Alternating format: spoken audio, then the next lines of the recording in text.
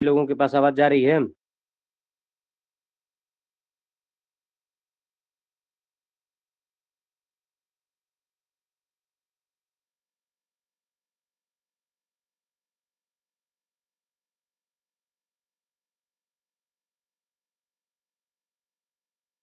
इस बार जो है हमारी क्लास से ये जो जून वाला बैच हम लोग मार्च में चलाए थे, मार्च से लेकर के जून तक का ये 3 महीने का बैच था और इसमें पूरा पाठ्यक्रम भी नहीं हुआ था।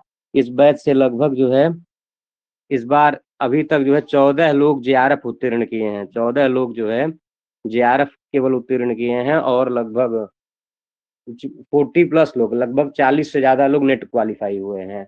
तो उनमें से जो लोग जेआरएफ उत्तीर्ण हुए हैं इस बैच में, उन सभी को जो है मैसेज किया गया है कि आप लोग क्लास को, यदि आप लोगों के पास समय हो तो आप लोग क्लास ज्वाइन करें और एक बार बताएं अपनी तैयारी आप लोगों ने कैसे की, स्ट्रेटजी क्या रही। क्योंकि अब तो 6 महीने का, दिसंबर में क्या है कि इस बार अभी 6 महीने का पूरा समय मिला है और आप लोगों ने तो मार्च से लेकर के जून यानी 3 महीने में ही आप लोग जेआरएफ निकाल लिए। 3 महीने की तैयारी में ही आप लोगों ने अच्छे से मेहनत करके पूरा ये 14 लोग इसमें से जेआरएफ हुए हैं। तो इसमें से कुछ लोग जो है जो जो अभी क्लास में जुड़ेंगे वो लोग जो है अपने माध्यम से जो आगामी विद्यार्थी हैं, आगामी अभ्यर्थी हैं, उन लोगों को बताएंगे कि कौन कौन से स्ट्रेटजी उन लोगों ने अपनाई, कितना सेकंड पेपर को देते थे, कितना फर्स्ट पेपर को देते थे, मॉक टेस्ट, मूल अध्ययन, रिवीजन इत्यादि कैसे कैसे उन्होंने किया। क्योंकि हम क्लास, हमारा बैच चल ही रहा है 1 महीने से, आज 1 महीना हो गया दिसंबर बैच को।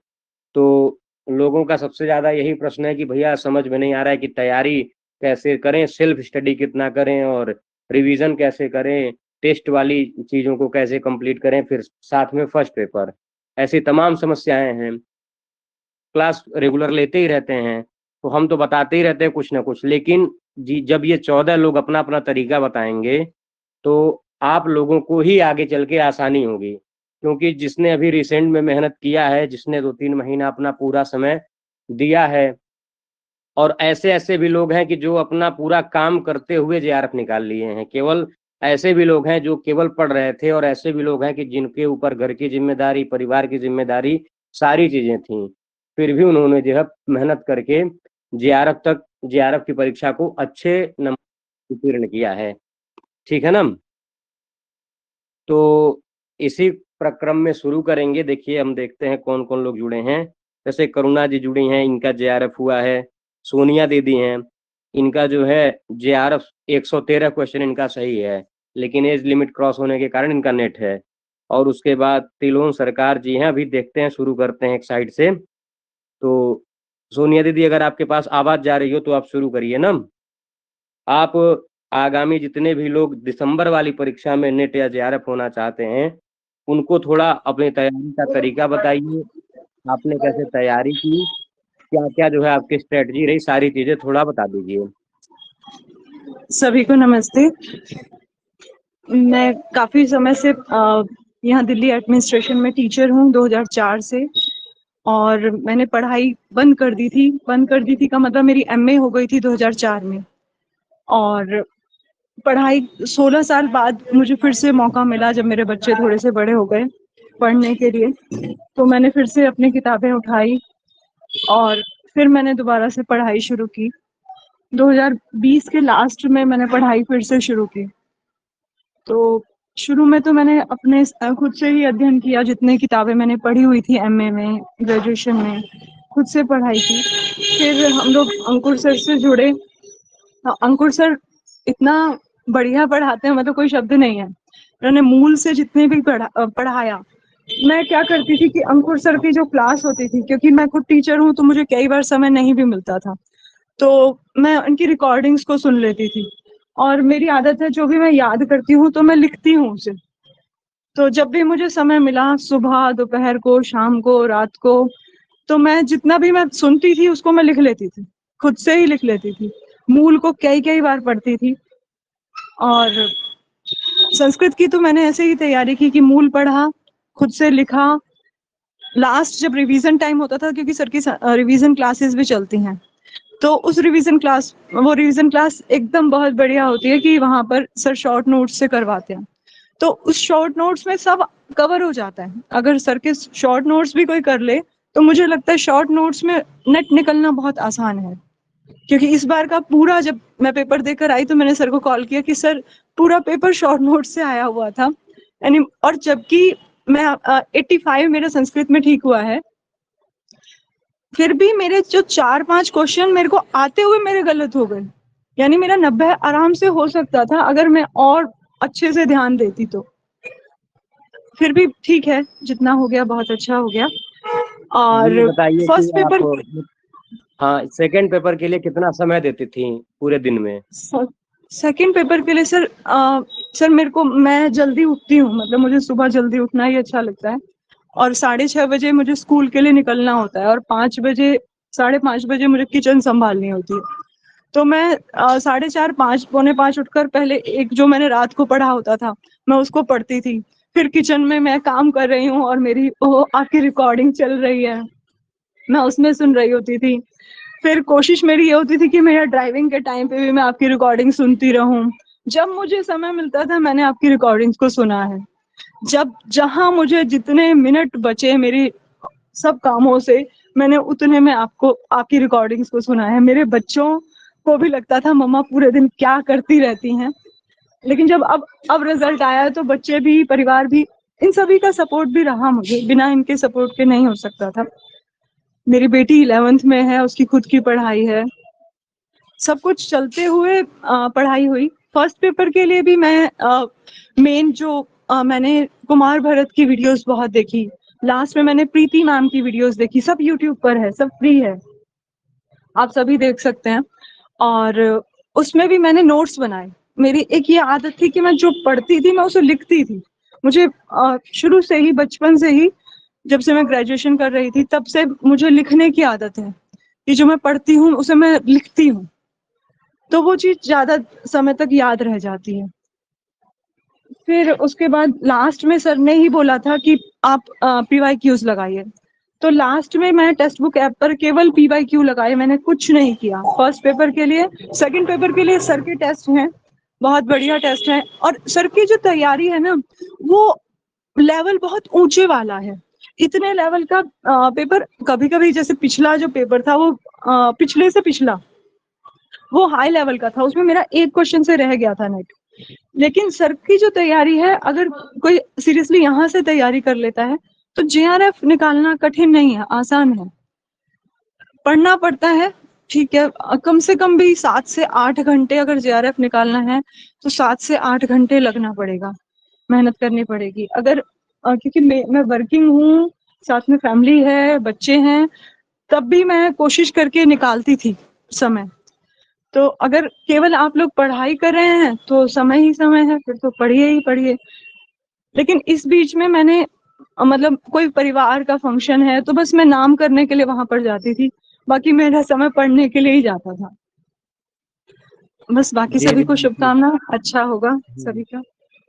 और किसी धन्यवाद। को कोई प्रश्न हो अपनी तरफ से तो पूछ सकते हैं, किसी का भी किसी तरह का कोई भी प्रश्न हो कि तो आप यहीं तुरंत दीदी से पूछ लीजिए, वो आपको बता देंगे। क्योंकि देख लीजिए आपके सामने ये खुद एक क्या कहते हैं बहुत ब्राइट एग्जाम्पल है कि इनके ऊपर इतनी जिम्मेदारी होते हुए भी इन्होंने इतने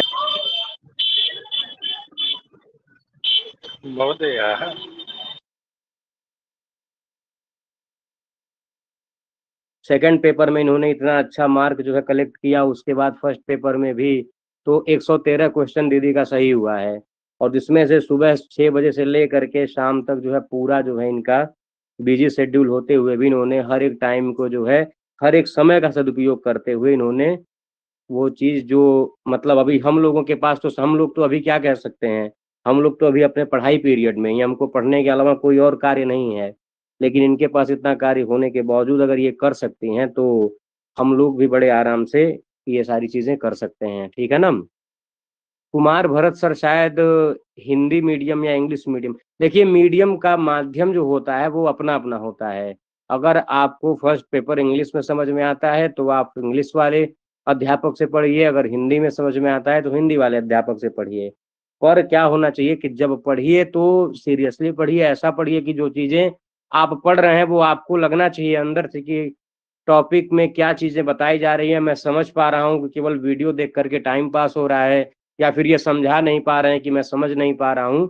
इन सारी चीजों को स्पष्ट करते हुए आपके मन में खुद होना चाहिए। जैसे जब पढ़ाई में भी जब समझ में नहीं आता है तो 10 मिनट के बाद लोग बहुत जबरदस्ती बैठेंगे, 20 मिनट बैठेंगे क्लास में, उसके बाद भाग जाते हैं एग्जिट करके।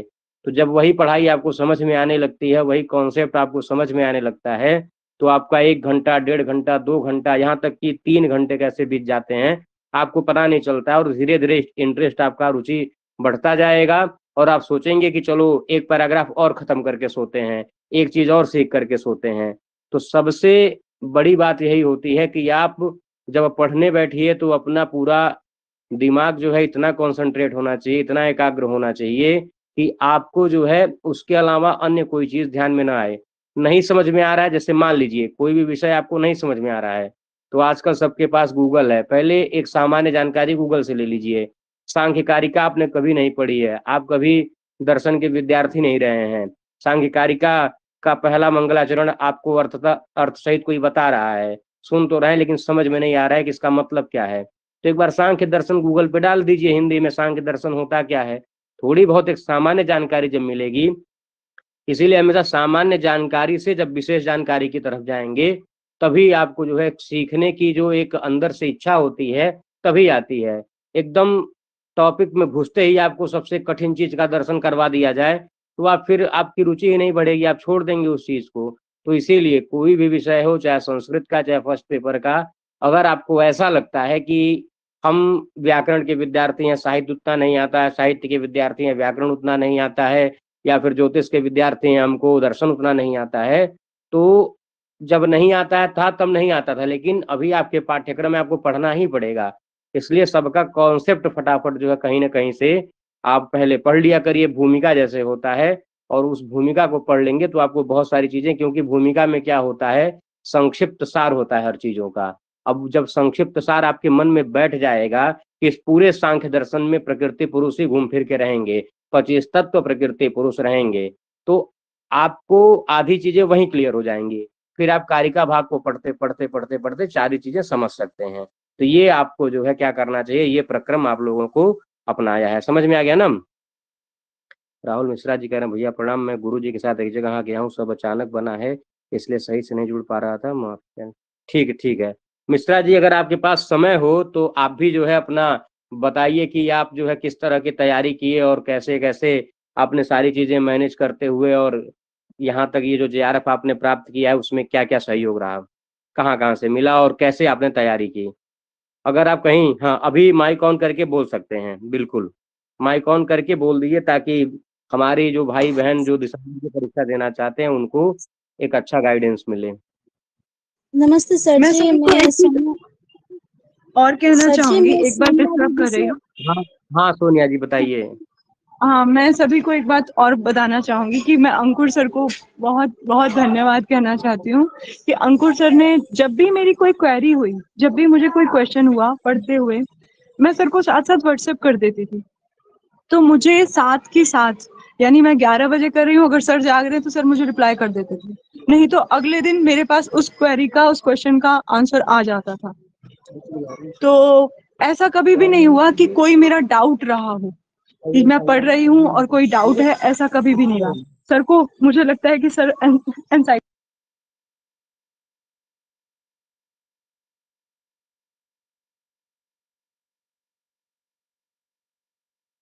एक आवाज आपकी कट गई, एक बार फिर से बोलिए।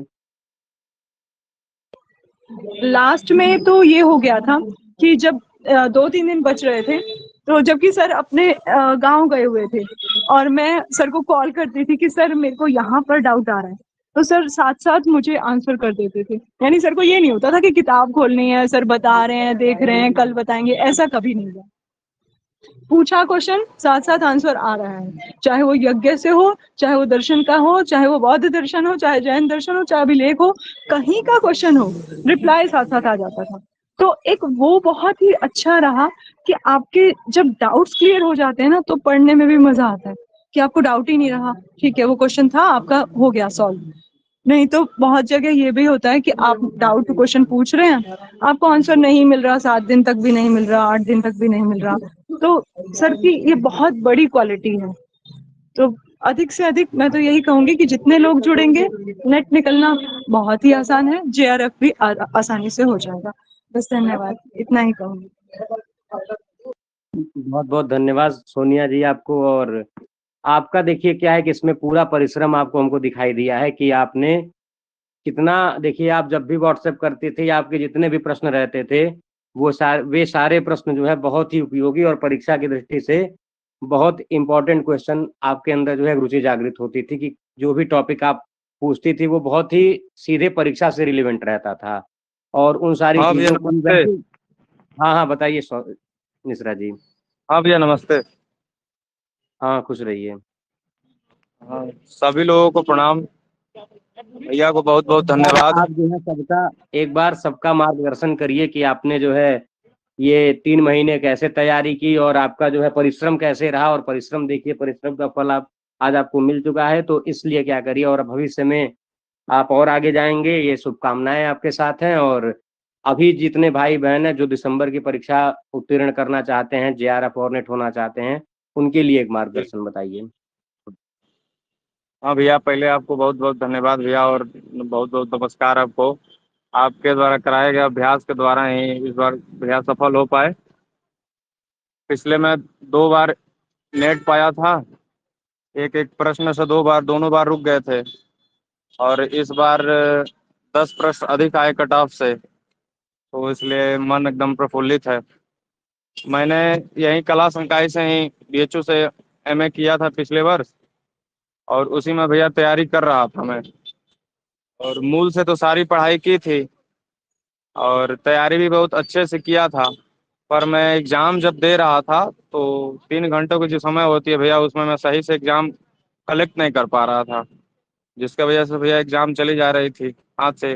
जेआरएफ भी रुक जा रहा था एक या दो प्रश्न से। फिर भैया मैं आपसे जुड़ा तो आपके मार्गदर्शन में पढ़ा मैं, और जो भी विषय मेरा तैयार था पहले से, मूल से तो मैं सब पढ़ा था, जितने ग्रंथ है सबको आद्योपांत में पूरे मूल से सिलेबस को 2 से 3 से 4 बार मैं पढ़ा था पूरा। जी जी। और फिर भी अभी लय उतना जो कहा जाता है वो लय मिला नहीं था मेरे को। जी तो आपके आपके द्वारा जो जितने क्रम से जितने यूनिट बाय यूनिट आपने अभ्यास कराया भैया, उसके चलते संस्कृत वाले पेपर अच्छे गए। और इस बार मैं 90 क्वेश्चन किया हूँ संस्कृत में। पिछले 90 बार की क्वेश्चन। तरह मतलब अच्छा परफॉर्मेंस रहा भैया। 6 से 7 क्वेश्चन, 10 क्वेश्चन मान के चलिए, इस बार ज्यादा आया मेरा। बिल्कुल और बिल्कुल। जब आपका देखिए आपका क्या था कि आप तो पहले से ही कला संकाय से एमए किए हैं, जहाँ से मैं भी एमए किया हूँ 2022 में। तो आप तो हाँ भैया। एमए वहां से किए 2021 में मेरा हुआ है। तो वहां तो सारा हाँ यहाँ पे काशी में परंपरा ही है सारी चीजें मूल से पढ़ने की। तो फिर हाँ उसमें होता है कि ये सब आधुनिक परीक्षाओं में बस एक समय आपको जो है कि कितना समय आप प्रश्नों पर दे रहे हैं, वो सारी चीजें, और हाँ एक जो रिवीजन होता है क्योंकि पाठ्यक्रम बड़ा है, सारा मूल हाँ से भैया। चीजें तैयार रहने के बाद भी कंप्यूटर तो दिमाग है नहीं कि सारी चीजें दिमाग में कई बार व्यवस्थित रहेंगी। तो रिवीजन हाँ से, भैया। प्रश्नों के माध्यम से आप 3 घंटे में, और जितना मॉक टेस्ट वगैरह देने से क्या हो जाता है कि इतना क्वेश्चन जो है, आप जो 90 क्वेश्चन आप सही किए हैं, ये सच में बहुत बड़ी हाँ बात है कि इतने प्रेशर के साथ, और उसके बाद परीक्षा का प्रेशर अलग से, और 90 क्वेश्चन सीधे सही करना और सीधे मात्र 10 क्वेश्चन गलत होना, ये काफी और जो है भी सच में और भी बड़ी भैया बात उसमें होती है। प्रश्न सही हो सकते थे 3 4, जैसे हल्के हल्के प्रश्न मैं जैसे गलत कर दिया हूँ, नहीं तो और जी प्रश्न उसमें जी। प्लस ही होते। और फर्स्ट पेपर के लेकिन लिए बात मैं ये होती है ना। इलाहाबाद इलाहाबाद से सर, वहाँ पे पार्थ एजुकेशन वाला जो होती है, जी जी। वहां से मैं जुड़ा था, तो उसका कुछ स्टडी मटेरियल मुझको मिल गई थी, जिसके बदौलत मैं हम्म, तैयारी कर रहा था। प्रथम प्रश्न पत्र के लिए। हाँ प्रथम प्रश्न पत्र के लिए। और इसके लिए मैं आपके क्लास के द्वारा अभ्यास किया लगातार, हर बाय यूनिट किया। और संस्कृत प्रतिस्पर्धा पुस्तक भी रखा था अपने पास। हाँ हाँ। और हम्म। ओल्ड पेपर जो थे सबको मैं 2 से 3 बार 4 बार उसको पूरा अच्छे से रीडिंग कर गया था। बिल्कुल फर्स्ट बिल्कुल। पेपर के देखिए लिए ये भी सारी प्रतिदिन चीजें तो, हाँ हाँ, फर्स्ट पेपर के लिए प्रतिदिन 2 2 सीरीज लगाया करता था मैं। यूज पब्लिकेशन से। हाँ यूथ पब्लिकेशन से। नहीं नहीं, देखिए क्या है कि जब इस तरह का प्रक्रम सबको जब पता चल जाए ना, क्या है कि केवल मूल पुस्तक लेकर के, मूल पुस्तक की सबसे मान लीजिए वो तो जड़ चीज है, बिना उसके तो आप हाँ पहुंच नहीं पाएंगे। लेकिन मूल पुस्तक के अलावा जब ये सारी चीजें, आप टेक्निकल भी आगे रहेंगे कि हमको क्वेश्चन भी जो है लगाना चाहिए, मॉक टेस्ट की भी प्रैक्टिस करनी है, प्रीवियस ईयर क्वेश्चन भी देखना है, फर्स्ट पेपर भी देखना है, ये सारी चीजें जब आपके दिमाग में हाँ रहेंगी, भैया, एक्टिव रुक को लेकर के, तभी रुकती है तो निकल कोई ना कोई भैया कारण रही होती है। जैसे पिछली बार मैं दे रहा था तो वही हो सकता है भैया कि एग्जाम में सही से फेस नहीं कर पा रहा था, वो डिस्प्रेशन हो जाता है। वो जैसे कि एक प्रश्न किया मैं और एक अगला प्रश्न मुझे नहीं आया, तो उसके बाद अगला प्रश्न जो आता रहता है वो भी आदमी गलती करने लग जाता है। बिल्कुल। इस तो होता ये है ना कि डिप्रेस्ड इंसान तब होता है कि जब अंदर से कॉन्फिडेंस के साथ एग्जाम हॉल में नहीं प्रवेश किया रहता है। जब हमारे हाँ अंदर, जैसे मान लीजिए कि आपको किसी एक विषय का टेस्ट देना है, सांख्यिकारिका के कल 100 प्रश्न होने हैं, आपको हाँ सांख्यिकारिका की 72 कारिकाएं कंठस्थ हैं, हाँ सांख्यिकारिका भैया, का आप 200 प्रश्न जो है लगा चुके हैं, प्रैक्टिस कर चुके हैं, सांख्यिकारिका के बारे में जो है आद्योपांत हर एक चीज आपको पता है, आपने मॉक टेस्ट प्रीवियस ईयर में सांख्यिकारिका से कैसे कैसे क्वेश्चन आए हैं ये भी आपको पता है। उसी परीक्षा में आप बैठेंगे, जितना भी प्रश्न आएगा उन सारे प्रश्नों का शानदार तरीके से जवाब देकर आप आ जाएंगे। लेकिन कल सांख्यिकारिका की परीक्षा है और आपने केवल 72 कारिकाएं पढ़ी हैं, न तो हाँ उसका प्रश्न आपने कभी सॉल्व किया है, न ही आपने मॉक टेस्ट दिया है, न ही कभी प्रीवियस ईयर दिया है। उसी परीक्षा में बैठेंगे, भले ही पूरा मूल से अध्ययन किए रहेंगे, आप जो है हाँ भैया। ज्यादा क्वेश्चन गलत करके चले आएंगे। अब तो ये सारी अभ्यास चीजें करना जो भैया, इन लोग से आग्रह है कि अभ्यास करना बहुत जरूरी है। और जितने भी प्रश्न आप मतलब मूल से आपने तो पढ़ा ही है, लेकिन वो मूल से क्या क्या प्रश्न बन सकते हैं उसकी भी जानकारी होनी बहुत आवश्यक है।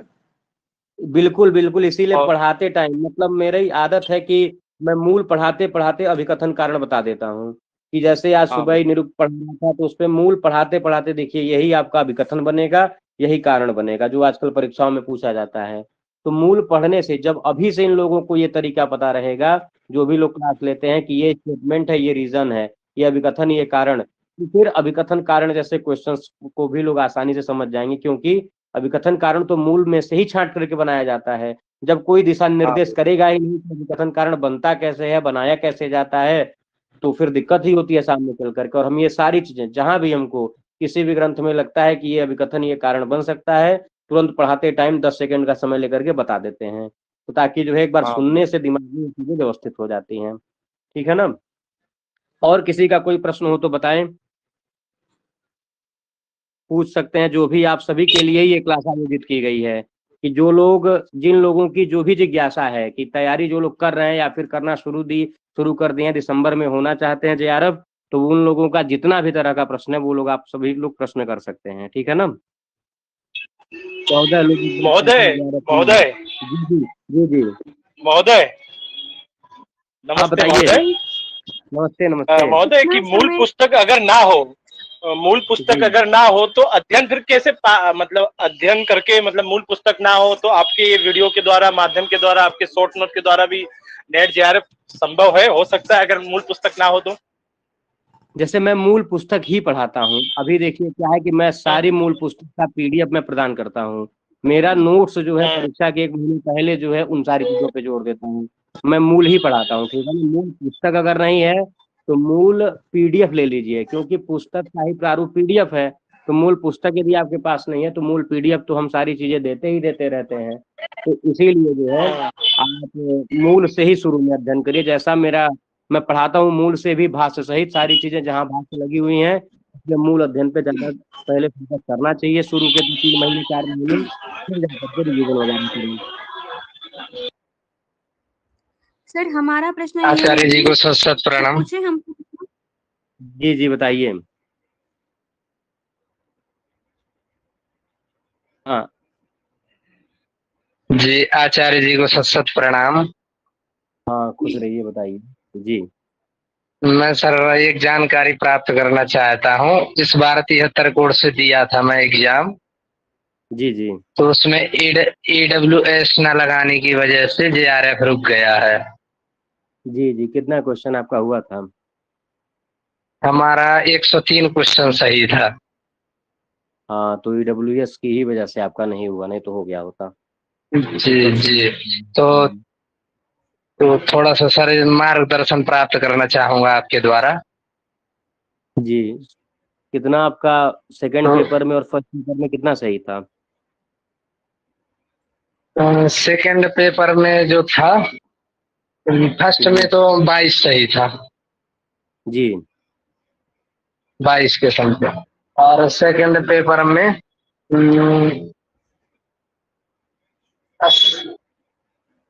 83 के समथिंग सही था, 82 83 के समथिंग। तो अगर 82 83 और 22 क्वेश्चन सही है तो आप समझिए कि आपकी तैयारी ठीक है।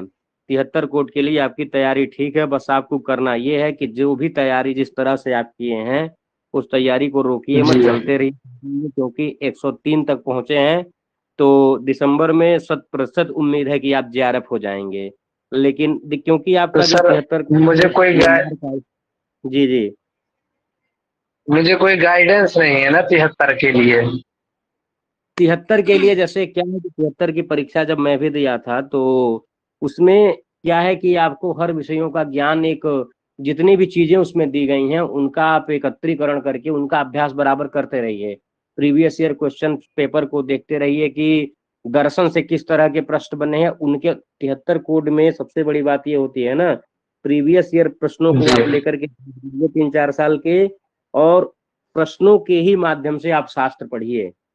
सबसे बड़ी बात उसमें ये है, जी क्योंकि जी सीधे उसमें क्या कहते हैं, उद्देश्य नहीं किया गया है कि फला शास्त्र पढ़ना है। उसमें सीधे आचार मीमांसा, ये मीमांसा लिख दी गई है, धर्म पर विचार सीधे लिख दिया गया है, धर्म पर विचार कई अनेकों ग्रंथों में किया गया है।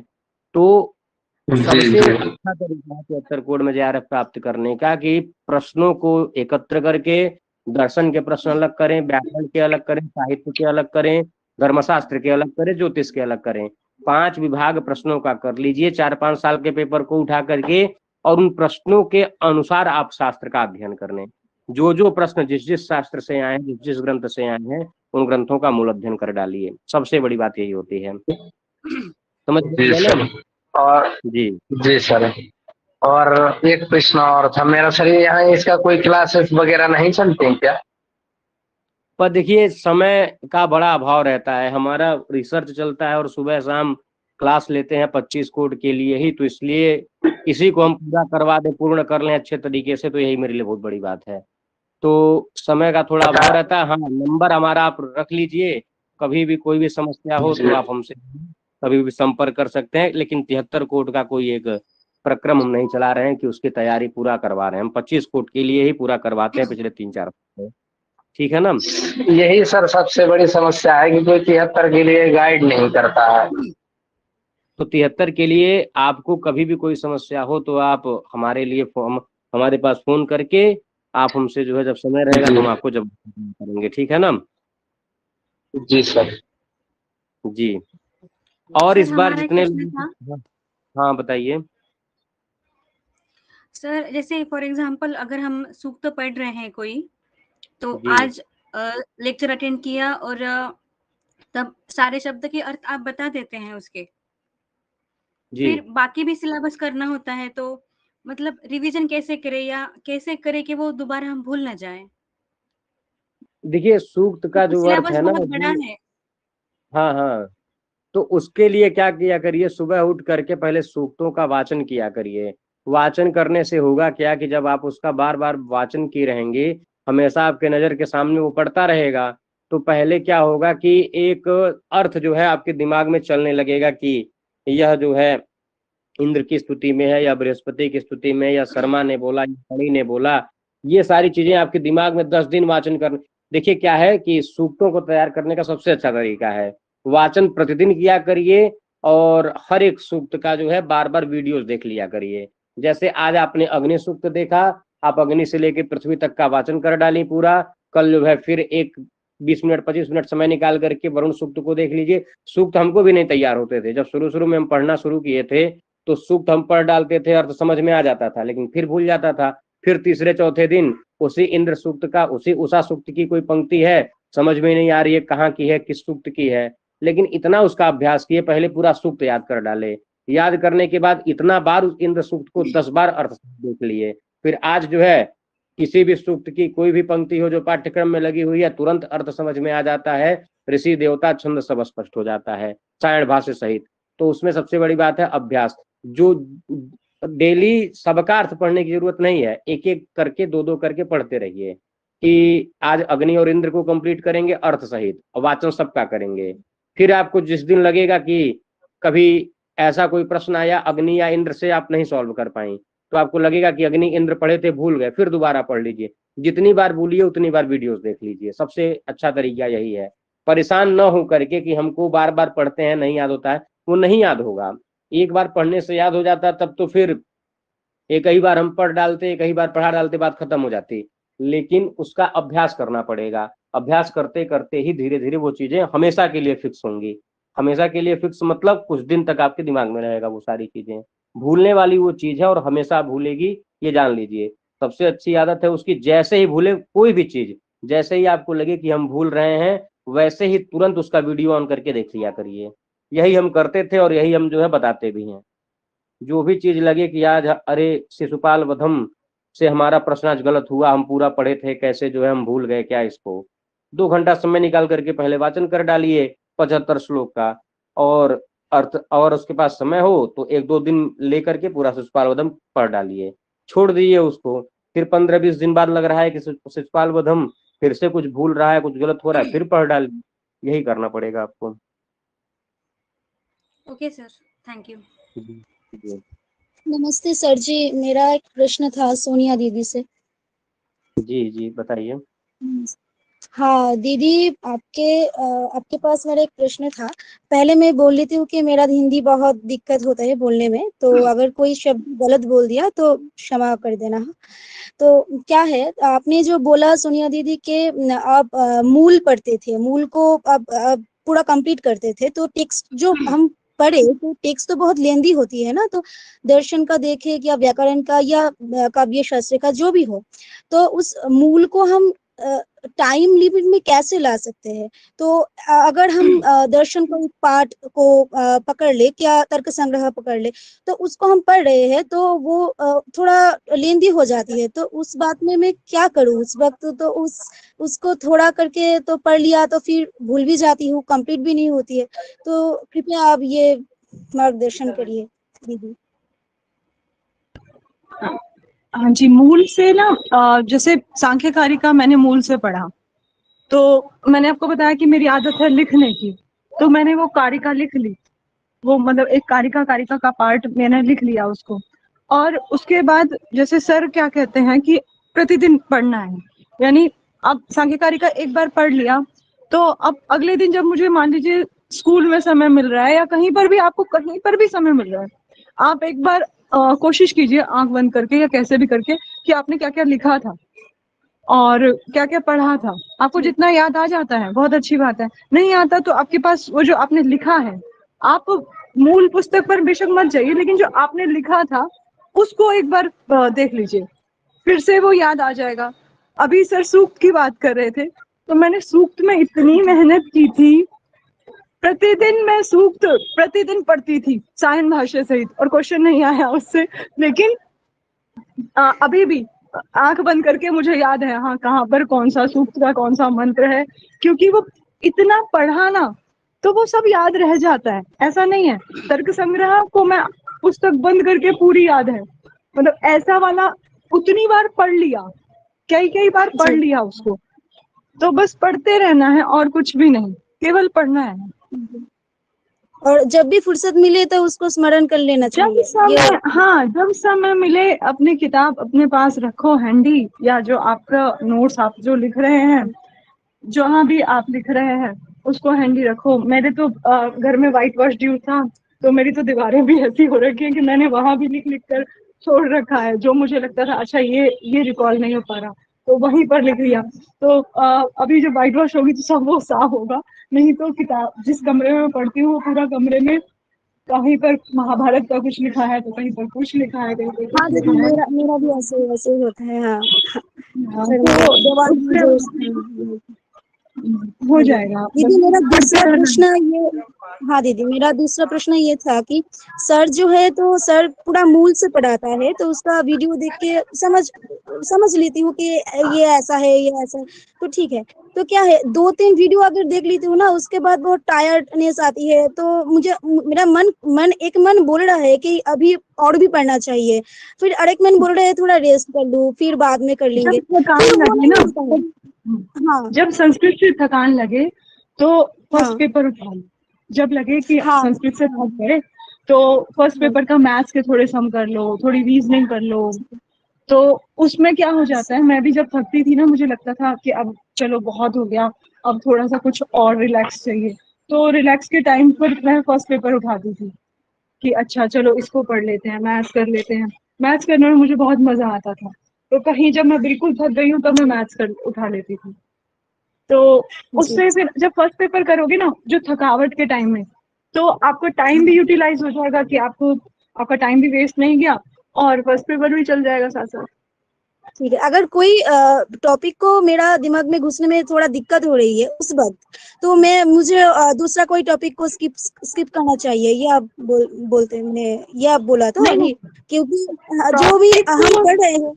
हाँ अगर हाँ आप दीदी। टॉपिक से थक गए हैं, मतलब अगर आपको हाँ समझ नहीं आ रहा है, तब तो आपको उसको हम्म, दोबारा ही पढ़ना है। लेकिन अगर आप थक हाँ गए हैं, मतलब अगर आपको ये हो गया कि बस और संस्कृत नहीं पढ़ सकती मैं, अब मैं हाँ इसको दर्शन वाला इसको मैं और नहीं पढ़ सकती, तब आप फर्स्ट पेपर उठा लीजिए, क्योंकि फर्स्ट पेपर थके हुए में भी पढ़ा जाता है। हाँ हाँ ठीक ठीक ठीक है दीदी, बहुत चलिए, बहुत धन्यवाद आपसे, बहुत बहुत धन्यवाद। कोई दिक्कत नहीं। सर प्रणाम। सर मेरा एक क्वेश्चन है। हेलो। अथर्व आवाज आपला पप्पा बोलत.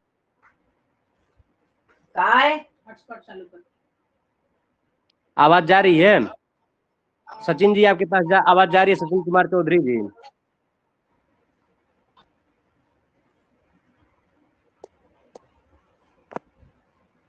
आ रही है सर आवाज? हाँ, सचिन कुमार चौधरी जी इस बार जेआरएफ हुए हैं, 114 क्वेश्चन इनका सही हुआ है। तो एक बार जो है आप भी जो है थोड़ा शीघ्र जो है बता दीजिए कि कैसे आपने तैयारी की और क्या क्या आपका जो है स्ट्रेटजी रहा इस परीक्षा में। ठीक है ना? जी जी। जी स्ट्रेटजी जी तो यही है कि मतलब आपको लगातार पढ़ना होगा नियमित रूप से, और इसमें सामान्य और विशेष यूनिट है ना, कुछ 5 सामान्य है, 5 विशेष यूनिट है, इस प्रकार से। और सर सिलेबस को इसमें सामने रखना है सबसे पहले। सिलेबस को सामने रख करके उसके अकॉर्डिंग आप लोगों को बिल्कुल। चलना है। ठीक है ना? हाँ, और देख जितने भी प्रश्न अभी तक आ चुके हैं, जो पीवाईक्यू जो बोलते हैं ना, प्रीवियस क्वेश्चन, हाँ हाँ विगत क्वेश्चन, तो उसका अभ्यास करना है, उसको समझना है कहाँ कहाँ कहाँ से प्रश्न आ रहे हैं, मैं कहाँ नहीं बना पा रहा हूँ। तो अपने अपने मतलब इस प्रकार से अपने डाउट को क्लियर करें, जो जो प्रश्न जहाँ जहाँ आप फंस रहे हैं। और अगर आप मूल ग्रंथों का, अगर जैसे हम मूल ग्रंथों का पढ़ाई कर रहे हैं मतलब, तो उससे 2 गद्यांश तो आते ही हैं हर बार, 10 क्वेश्चन यहीं से हो जाएंगे आपके। और कॉन्सेप्ट क्लियर करके रखिएगा तो क्या होगा, कॉन्फिडेंस रहेगा। कॉन्फिडेंस रहेगा तो वही है, आप बहुत सारे प्रश्न जो नहीं कर रहे हैं उसको भी मतलब सोच समझ के सही कर सकते हैं मतलब परीक्षा भवन में।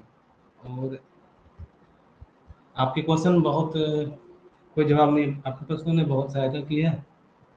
और जी जी। मेरी सचिन भैया आपकी आवाज स्लो है, थोड़ा पास से बोलिए, बड़ा दूर से लग रहा बोल रहे हैं आप। हाँ, दूर से हूँ, ये लैपटॉप में हूँ। अभी आ रही है? हाँ अब आ रही है, स्पष्ट आ रही है। हाँ सर, वही है, बस अपना सिलेबस सामने रख के बस नियमित रूप से पढ़ना है, और अपने डाउट को क्लियर करके रखना है, और क्या ही है। किसी को कोई प्रश्न हो तो पूछ सकते हैं। और किसी का कोई प्रश्न है तो बताइए। हमारा एक प्रश्न है सर कि जी जी अभी यहाँ पर तो लगभग सारे स्टूडेंट्स जो है वो मतलब संस्कृत बैकग्राउंड से ही है, आर्ट से ही है, तो उनका जी तो जी। व्याकरण अच्छा होगा या उन्हें व्याकरण का पता होगा। लेकिन नहीं। मेरा बीकॉम हुआ है, तो व्याकरण जी मेरा मतलब व्याकरण का बिल्कुल भी पता नहीं है। और अब जब एकदम से सारे तथ्य सामने आते हैं, सूत्र आते हैं, धातु के नाम आते हैं या कुछ भी होता है तो हमें कुछ समझ नहीं आता व्याकरण का, तो क्या बिना व्याकरण के कर सकते हैं जेआरएफ क्लियर, या अगर व्याकरण भी बिल्कुल करे कर तो सकते कैसे हैं, होगा? बिल्कुल कर सकते हैं। बस आपको जो है ये घबराना नहीं है कि हमारा बैकग्राउंड बीकॉम का रहा है, कॉमर्स का रहा है और हम संस्कृत व्याकरण में फंस गए हैं तो हमको समझ में कभी नहीं आएगा। आएगा, थोड़ा लेट समझ में आएगा, धीरे धीरे चीजें समझ में आ जाएंगी। बार बार उसका अभ्यास करेंगी तो बिल्कुल आपको व्याकरण भी समझ में आ जाएगा, ठीक है ना। जब व्याकरण की जी संहिता समझ में आएंगी कि व्याकरण की संज्ञाएं जो होती हैं, संज्ञाओं का क्या काम होता है, परिभाषा सूत्र क्या करते हैं, विधि सूत्रों का क्या काम होता है, तो फिर संधि समास कारक सारी चीजें जो है आपको समझ में आ जाएंगी, ठीक है ना। तो जी सर, इसलिए एक बात इसको सर यहाँ पे जोड़ना चाहूँगा कि मैं भी सर संस्कृत बैकग्राउंड से नहीं हूँ, मैं भी विज्ञान का छात्र रहा हूँ 12वीं तक। तो देख लीजिए, विज्ञान के छात्र हैं और इनका जो है इस बार जेआरएफ हो गया। तो देखिए, बैकग्राउंड वाली बात नहीं होती है, किसी भी क्षेत्र में आपको मेहनत की बात होती है, परिश्रम की बात होती है। डेडिकेशन, समर्पण भाव होना चाहिए। हाँ, वही बात है ना। सर मेरा एक क्वेश्चन है। प्रणाम सर। जी जी, बताइए।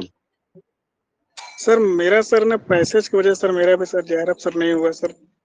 सर 10 में से सिर्फ मेरा एक सर क्वेश्चन सही था पैसेज में। पैसेज की वजह से, हाँ, पैसेज वगैरह में देखिए क्या है कि पैसेज में सबसे बड़ी बात ये होती है संस्कृत का ज्ञान।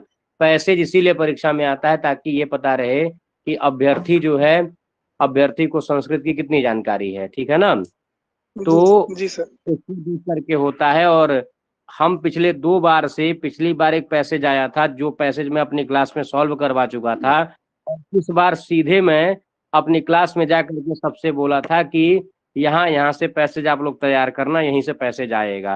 और एकदम वही पैसेज आया और एकदम वही आगे पीछे का पैसेज आ गया। तो पैसेज में सबसे बड़ी चीजें ये होती हैं कि यदि आप किसी भी गद्य को अर्थ के साथ अच्छे से पढ़ लिए हैं तो आप कर लेंगे।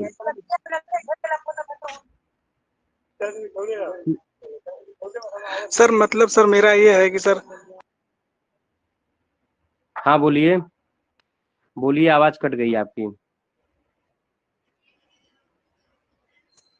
सर हम लोग सर शुरू से सर संस्कृत पढ़े नहीं है सर ना, तो सर थोड़ा व्याकरण में सर दिक्कत होती है सर, इसलिए सर पैसेज में सर मेरा बन नहीं पाता सर। कुछ टिप्स आप दे सकते हैं तो। इसीलिए तो पढ़ा रहा हूँ, इसीलिए तो पढ़ा रहा हूँ चीजों को कि पैसेज से संबंधित हम कम से कम पैसेज का क्वेश्चन इतना बना चुके हैं कि सीधे पैसेज 10 कुमार चरितम का जो प्रथम उच्छ्वास, अष्टम उच्छ्वास का जो प्रथम पैराग्राफ है, हम वही परीक्षा के पहले अपने प्रश्नों में पूछ चुके थे और वही पैसेज सीधे आया था। और इस बार देखिए दर्शन में क्या है, न्याय सिद्धांत मुक्तावली का इस बार पैराग्राफ आया था कि अनुमिति में जो है करण क्या होता है, व्याप्ति ज्ञान को क्या कहते हैं, पक्षधर्मता क्या होती है, ऐसे कह करके 5 क्वेश्चन पैराग्राफ से बने थे। न्याय सिद्धांत मुक्तावली की मात्र अपने शॉर्ट नोट्स में मैं 1 पेज का नोट्स बनाया था और उस 1 पेज के नोट्स में मुक्तावली से हम लगभग 20 प्रश्न लिखे थे। उस 20 प्रश्न में से सीधे वो 5 प्रश्न है, मैं अभी भी दिखा सकता हूँ। शॉर्ट नोट जो तीसरा वाला भाग था उसमें 1 पेज में हम न्याय सिद्धांत मुक्तावली के प्रश्न निकाले थे कारिका भाग से, और वही प्रश्न जो है गद्यांश के रूप में पूछा गया है कि कर्ण किसको कहते हैं, तो व्याप्ति का ज्ञान क्या है, तो वृत्तित्व ज्ञानात् किम भवति इत्यादि सारी चीजें। तो एक एक चीजें, कभी कभी पैसेज कहीं से भी पूछ देता है, उसके लिए क्या करें। कहीं से नहीं, पाठ्यक्रम से ही पूछता है सविता जी। आज जब भी पूछा गया है तब तक पाठ्यक्रम से पूछा गया है। सुकनासोपदेश, निरुक्त, उसके बाद तर्क भाषा, न्याय सिद्धांत मुक्तावली, 10 कुमार चरितम, इतने जगहों से पैराग्राफ आया है। ये सारी चीजें आपके पाठ्यक्रम में से सर आता है, सर से भी आता है। हर चरित से अभी तक नहीं आया है, मेरे संज्ञान में अभी तक हर चरित्र से पैराग्राफ नहीं आया था। सर मेरा सर ऐसे सर अच्छा था, हमने सर आपका क्लास लिया सर, मेरा सर काफी अच्छा था सर। मैं सर 1 महीने सर आपका क्लास लेकर किया था और सर मेरा अच्छा परफॉर्मेंस रहा सर, लेकिन मेरा पैसेज में बहुत गलत हो गया। पैसेज में यदि आपका गलत हुआ है तो पैसेज के लिए क्या करिए, गद्य वाले भाग को अच्छे से पढ़ करके दिया करेंगे सर।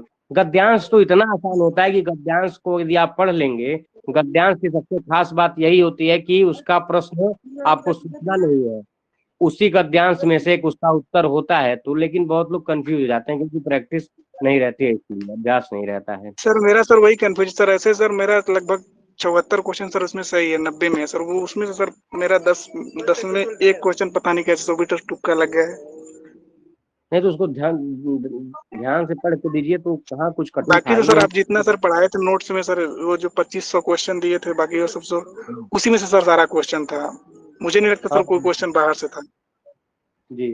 बाकी तो सर उसी में से 70 क्वेश्चन था सर, और जो हम लोग नहीं रट पाए वो नहीं कर पाए, वरना सारी क्वेश्चन सर आपके नोट से ही हमको लग रहा था कि मिल रहे थे। सारे क्वेश्चन मैच कर रहे थे, सेम टू सेम।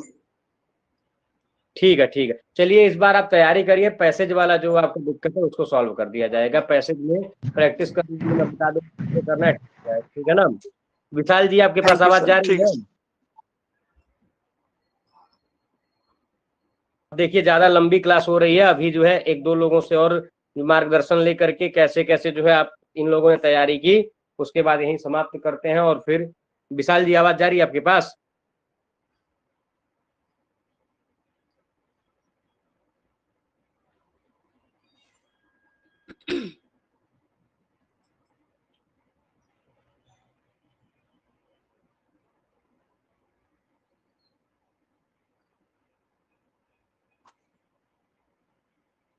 आवाज आ रही है अब?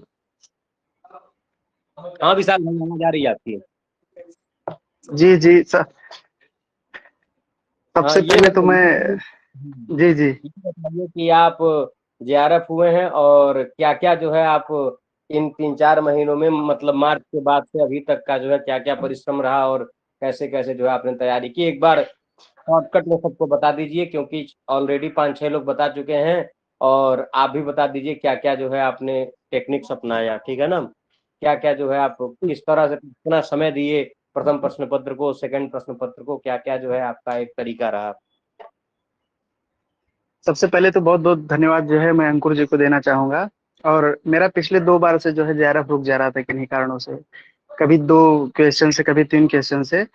तो इस बार मैं अंकुर जी से सलाह लिया और इनके साथ जो है जुड़ के पढ़ना मैंने प्रारंभ किया। तो इस दौर तैयारी के दौरान मैंने एक स्ट्रेटजी ये बनाई कि सबसे पहले बहुत सारे ग्रंथ ऐसे थे कि हम नोट्स से पढ़ते थे लेकिन वो मुझे समझ में नहीं आते थे। तो बकायदा जो है ये पूरे उसको जो है मूल से पढ़ाए हुए हैं, उस पे सब पढ़ा करके डाले हुए थे, सब बना करके 10 यूनिट का। तो मैं पहले मूल से पढ़ना शुरू किया, क्योंकि मूल से पढ़ने पे क्या होता है कि एक अच्छी समझ विकसित हो जाती है। और इस प्रकार से जो है अंकुर जी ने मूल को पढ़ाया है कि अगर आप 1-2 बार वीडियो को देखेंगे तो नहीं भी पढ़ने वाले रहेंगे तब भी जो है बहुत अच्छे से चीजें जो है दिमाग में बैठ जाएंगी। इसके बाद दूसरा मैंने किया कि जब जल्दी से एग्जाम होने वाला था, बहुत कम टाइम बचा था, तो जो रिवीजन क्लास इनकी चलती थी, तो रिवीजन क्लास से हमें ये फायदा मिलता था कि डेली हम उन चीजों को सुना करते थे, सूक्त हुए, संवाद सूक्त हुए, और भी जैसे साहित्य से संबंधित हो गए या व्याकरण के यूनिट से संबंधित कारक हो गए। तो इन सभी चीजों को जब डेली डेली रिवीजन क्लास को देखे तो उससे क्या हो गया, चीजें धीरे धीरे दिमाग में बैठनी शुरू हो गई। एक आइडिया ये लगने लगा कि हाँ हमें जो है कैसे प्रश्न को करना है, कि ये क्वेश्चन सही है, ये क्वेश्चन गलत है। इस तरीके से रिवीजन पर सबसे ज्यादा फोकस किया अंतिम समय में। पहले जो है आपके पास यदि समय है तो सबसे पहले ये ध्यान दें कि सबसे पहले मूल पढ़ ले। और ये कभी न करें ये गलती कि किसी चीज को छोड़ दें, छोड़ने का प्रयास न करें। भले ही जो है उसके प्रारंभिक जो है आप कुछ चीजों को पढ़ लें, 1-2 अध्याय पढ़ लें या फिर 1-2 पैसेज पढ़ लें, जैसे हरचरितम वगैरह बहुत बड़े हैं, इनको पूरा नहीं पढ़ा जा सकता। तो इनको क्या है, प्रारंभिक आप जरूर पढ़ लें, किसी भी चीज को छोड़े ना, सबको पढ़ें। और पढ़ने के बाद उसको अधिक से अधिक रिवाइज करें, तो ये जो है निश्चित तौर से ही आप अच्छे नंबर ला लेंगे। और फर्स्ट पेपर के लिए रही बात, तो फर्स्ट पेपर बहुत सारे जो है यूट्यूब से मैंने चैनल से, जैसे तलवीर सर का मैं देखा, तो फर्स्ट पेपर में क्या होता है, मोस्टली सब लोग कहते हैं कि समझ में नहीं आ रहा है। तो वो पहली बार में नहीं समझ में आता, लेकिन जब बार बार आप उन चीजों को देखेंगे, एक यूट्यूब चैनल वाले से अगर आपको ना समझ में आए, किसी दूसरे से समझिए, तीसरे से जो आपको समझा पाए, तो अगर आप बार बार चीजों को देखेंगे और सिलेबस को देखेंगे तो कहीं न कहीं एक ऐसी समझ विकसित हो जाती है कि मतलब आराम से जो है 25 से 30 क्वेश्चन या 35 क्वेश्चन किया जा सकता है। तो फिर जेआरएफ आने में बहुत दिक्कत नहीं रहती। और मैं इस जेआरएफ के लिए जो है बहुत बहुत बधाई देना चाहता हूँ अंकुर भाई साहब को, कि उन्होंने जो है हमारी बहुत हेल्प की। क्योंकि जिस प्रकार से वो पढ़ाए, मुझे लगता है जेआरएफ ही नहीं, आने वाली और भी परीक्षाओं में जो है वो हमारे लिए बहुत अच्छी साबित होगी। बहुत बहुत धन्यवाद आपको विशाल जी, और आपके भविष्य की शुभकामनाएं आपके साथ हैं। और आप जल्दी से शीघ्र जो है पीएचडी में एडमिशन लीजिए। और दूसरी बात ये कि जो आपने एक बात कही कि छोड़ना कुछ भी नहीं है, ये सबसे बड़ी बात है। क्योंकि कोई ग्रंथ बड़ा, मृच्छकटिकम में मान लीजिए 10 प्रकरण है, हर्षचरितम बहुत बड़ा है। ऐसे साहित्य के और ऐसे ऐसे कई ग्रंथ हैं जो काफी बड़े हैं और जिनको पढ़ा नहीं जा सकता है। तो उनके लिए छोड़ हमारे पास भी, हम खुद भी, हम जब जेआरएफ हुए थे तो साहित्य के ऐसे कुछ ग्रंथ थे गिने चुने जिसका हम अध्ययन नहीं किए थे मूल से। लेकिन सबसे बड़ी बात ये थी, पूरा कथानक हमको पता था, पात्र परिचय हमको पता था, प्रमुख सूक्तियां हमको पता थी। तो सारांश जब आपको किसी भी ग्रंथ का पता है और मुख्य मुख्य चीजें यदि आपको पता है तो उससे संबंधित प्रश्न भी आप सही कर लेंगे। ये पहले ही सोच लेंगे कि इसको मैं पढ़ ही नहीं पाऊंगा या फिर पूरा ही नहीं कर पाऊंगा, ये कह करके पूरा उस ग्रंथ को ही सीधे नेग्लेक्ट कर देना सबसे बड़ी गलती होती है। हर्षचरितम को आप जो है तोप बनाकर रख दीजिए कि बहुत बड़ा है, नहीं पढ़ा जा सकता। पता चले पेपर में प्रश्न आ जाए पहली ही कारिका से, नियतिर्विधाय पुंसाम प्रथमम कृतम सुखम उपरिदारुणम दुखम करके, आप समझ ही नहीं पाएंगे कहाँ से है, क्योंकि आप पहले से ही सोच लिए थे हर्षचरितम पढ़ना नहीं है, बड़ा सा है। लेकिन यदि थोड़ा भी उसका भाग पढ़े रहेंगे, शुरुआती 2-4 पेज पैराग्राफ पढ़े रहेंगे, उसका पूरा एक हर्षचरितम का वृत्तांत क्या है, पंचम जो आपका उच्छ्वास है महाराज मरण वाला, उनके बारे में कहानी वगैरह आप जाने रहेंगे तो आराम से सही कर सकते हैं। तो सबसे बड़ी बात यह है, छोड़ना कुछ भी नहीं है। मूल अध्ययन अभी मतलब दिसंबर में हम लोगों की परीक्षा होनी है, आप लोग प्रयास करें अक्टूबर लास्ट तक या फिर 15 नवंबर तक सारी चीजें मूल से आप पढ़ लीजिए, 1 महीने का रिवीजन करिए और सारी चीजें 2500 प्रश्नों का सेट मैं दिसंबर बैच में ऑलरेडी डाल चुका हूँ। सारे वीडियोज व्याख्यात्मक डाले गए हैं, सारे यूनिट के वीडियोज भी हम पुराना वाला उपलब्ध करवा दिए हैं और साथ ही डेली लाइव क्लासेज भी ले रहे हैं। तो आप लोग जो है इस तरह से अध्ययन करिए। बाकी कोई भी समस्या हो हमसे आप लोग व्यक्तिगत भी मैसेज करके पूछ सकते हैं, हम अपने समय अनुसार आप लोगों को उसका आंसर दे देंगे। अब देखिए क्लास बहुत लंबी हो जा रही है, तो इस बार हमारे पूरे बैच से जो है जून वाले से 14 बच्चे जेआरएफ हुए हैं, 14 लोग जेआरएफ हुए हैं और नेट तो हुए हैं। अब नेट में देखिए क्या है कि बहुत लोगों को नेट से प्रसन्नता ही नहीं मिलती है, लेकिन प्रसन्न होना चाहिए, कुछ ना कुछ सफलता मिली। अगर नेट हुए हैं तो जेआरएफ भी होंगे, क्योंकि हमारे पास लोग उम्मीद जेआरएफ को ही लेकर के आते हैं ज्यादातर, क्योंकि जेआरएफ ज्यादा लोग हो जाते हैं। तो आप भी जो है, जो लोग नेट हुए हैं वो लोग निश्चित जेआरएफ होंगे, और जो लोग तैयारी शुरू की है दिसंबर के लिए, तो ये सारी स्ट्रेटजी आप लोग कई लोगों से, इसलिए जो है क्या है कि किसी एक का नहीं, कई लोगों का जो है माध्यम पता चला ना, कि सबने, किसी ने अपने बिजी लाइफ में रहते हुए कैसे जेआरएफ निकाल लिया, किसी ने अपने समय का कैसे सदुपयोग किया, किसने कहाँ कहाँ से क्या क्या चीजें पढ़ी, या सारी चीजें आपको निश्चित इस आगामी परीक्षा में लाभ दिलवाएंगी। ठीक है ना।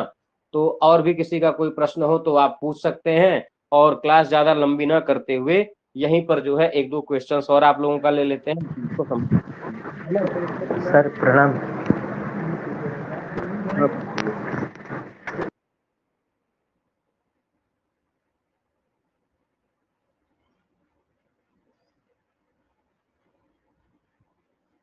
आवाज नहीं आ रही है, बोलिए।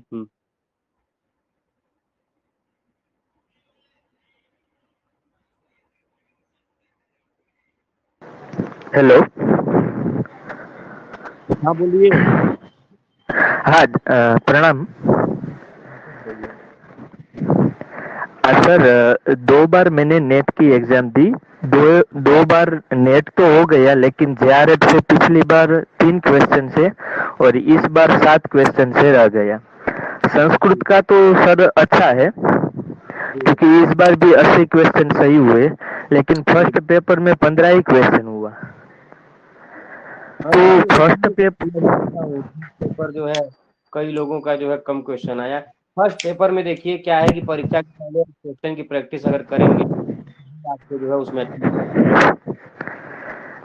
सर इसमें प्रैक्टिस तो की थी, तैयारी भी की थी, लेकिन डेटा ही इतना हार्ड आया कि वो सोचकर ही जो सही होते थे वो भी गलत हो गए। चलिए अब जो हो गया उसके लिए जो शोक मत करिए, और भविष्य में जो दिसंबर वाली जो परीक्षा होगी उसमें जो है फर्स्ट पेपर पे थोड़ा विशेष दीजिए, अच्छे से चीजों को प्रैक्टिस करते हुए मैथ वैथ अपना मजबूत कर लीजिएगा, ताकि डाटा इंटरप्रिटेशन चाहे इतना हार्ड कर ले। ठीक है ना। Okay okay sir. जी जी, यहीं तक जो है फिर यहीं क्लास को रोकते हैं, और एक बार फिर से जो है जितने हमारे छात्र जो है जेआरएफ और नेट परीक्षा उत्तीर्ण किए हैं उन सबको जो है बहुत सारी शुभकामनाएं। सभी लोग अपने अपने भविष्य में अपना अपना जो उनका स्थान है वो जल्दी ही ग्रहण करें। और जितने लोग जो है अभी आगामी परीक्षा दिसंबर वाली देना चाहते हैं उसमें जम के तैयारी करिए। और जो लोग हमारी क्लास से प्रभावित हैं वो लोग हमारी क्लास भी ले सकते हैं। और कल एक सूचना और एक अपना ये बैनर जो होता है क्लास का वो भी एक रिलीज करूंगा कुछ छूट के साथ। 4,500 रुपए पूरे दिसंबर तक के एग्जाम की फीस है 6 महीने की। और उसमें मैंने यहाँ तक सुविधा दे दी है कि आप लोग फीस जो है 2-3 बार में आराम से पेमेंट कर सकते हैं। तो किसी तरह की कोई भी समस्या, किसी के पास पैसे का अभाव है, कोई 4,500 नहीं दे सकता, जो भी चीजें हैं हमसे आप व्यक्तिगत बात कर सकते हैं। हम उसके लिए आप लोगों को जो है उसके लिए भी मदद कर देंगे। हर बार करते हैं, इस बार भी करेंगे। तो पैसे के अभाव में कि क्लास नहीं ले पाई, ये सारी चीजें नहीं होनी चाहिए। हम जिनके पास नहीं है उतना पैसा उनको भी हम क्लास में ऐड कर लेंगे, ठीक है ना, कुछ कम करके।